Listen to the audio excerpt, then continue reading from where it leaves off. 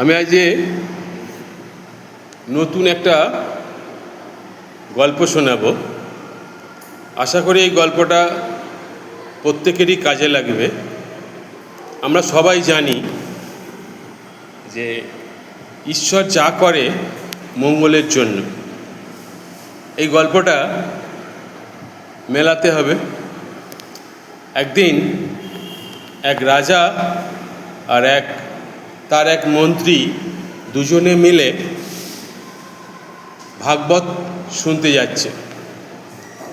ভাগবত শুনতে যেতে যেতে বেশ খানিকটা দূর চলে গেছে। যেতে যেতে এখন একটা পাথরে ধাক্কা লেগে রাজার পায়ের নখটা গেছে উঠে। তখন মন্ত্রী খুব হাসছে। তখন রাজা রেগে গেছে। রাজা রেগে গিয়ে বলছে যে তুমি হাসছো কেন? তোমাকে আমি কারাদণ্ডে দণ্ডিত করব। এই কথা শুনে মন্ত্রী সেরকম কোনো চিন্তাভাবনা না করেই বলল, ঠিক আছে, আমাকে কারাদণ্ডে দণ্ডিত করুন। বলে মন্ত্রীকে কারাদণ্ডে দণ্ডিত করে দিল। এরপর রাজা একাই ভাগবত শুনতে যাচ্ছে। যেতে যেতে কিছু ডাকাত দল, তারা কালীমা পুজো করছে। তা সেই পুজোতে একজন নরবলি দিতে হবে। তখন কাউকে না পেয়ে সেই রাজাকে ধরে নিয়ে গেল এবং রাজাকে নরবলি দেবে বলে কী করল, যে কসাই সে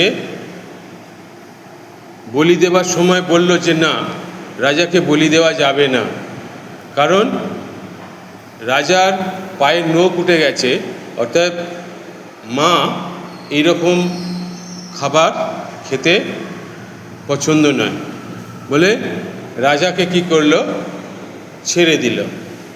রাজা চলে এলো। চলে এসে মন্ত্রীকে বলল যে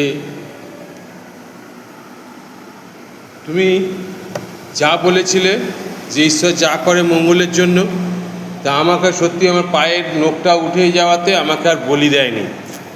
বলে এই কথা শুনে রাজাকে কি করলো, মন্ত্রীকে রাজা কারাদণ্ড দণ্ডিত থেকে ছেড়ে দিল।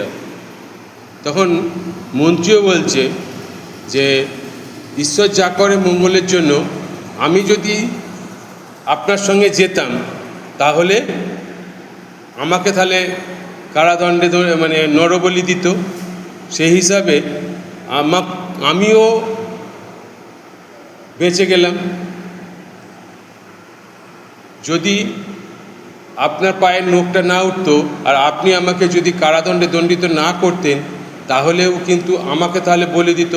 তাহলে সেই হিসাবে ঈশ্বর যা করে মঙ্গলের জন্য। এই রকম ছোট ছোট গল্প শুনতে তোমরা এই চ্যানেলটা সাবস্ক্রাইব করে রাখবে এবং ফেসবুকে ফলো করে রাখবে। Thank you for show the video